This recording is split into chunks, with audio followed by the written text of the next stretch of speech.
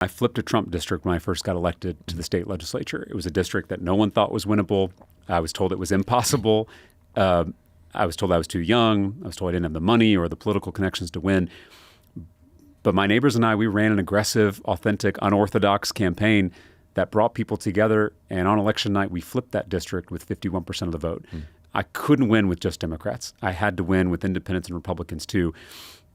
And so, yes, there are swing voters who are choosing between the Democratic and the Republican Party, and we have to win those voters over. But then I learned in that process that the biggest group of swing voters were those choosing between the Democratic Party and the couch.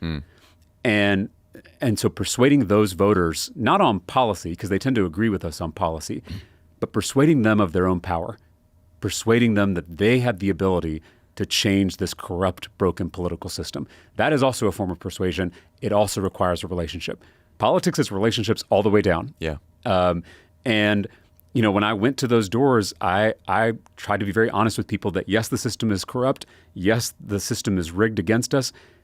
But the only way it's going to change is if you remake this system in your own image. And that starts with voting, but voting is the bare minimum. It also requires your activism, your organizing, your attention in every election and in between elections too. And so we're taking that same approach here. And we are going everywhere. We're talking to everyone, both in person, but also virtually. It's why I went on the Joe Rogan show. It's why I've been on Fox News twice now. It's why I've been on the Christian Broadcasting Network twice now. You know, that's it's a little bit of a form of risk taking. You know, I'm here on Pod Save America, which tends to be a little more friendly. Not as much risk. Not as much risk here, but I don't know if I'm going to persuade as many people here. I can preach to the choir, and you know that's important for getting the choir to sing. But if we're going to win this election in Texas, if we're going to win this country back, we're going to have to go into enemy territory. We're going to have to go into the lion's den. And it's going to require some courage from all of us. And it's going to require some risk taking.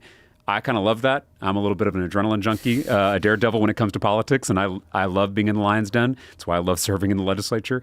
But I think it's going to require that from all of us.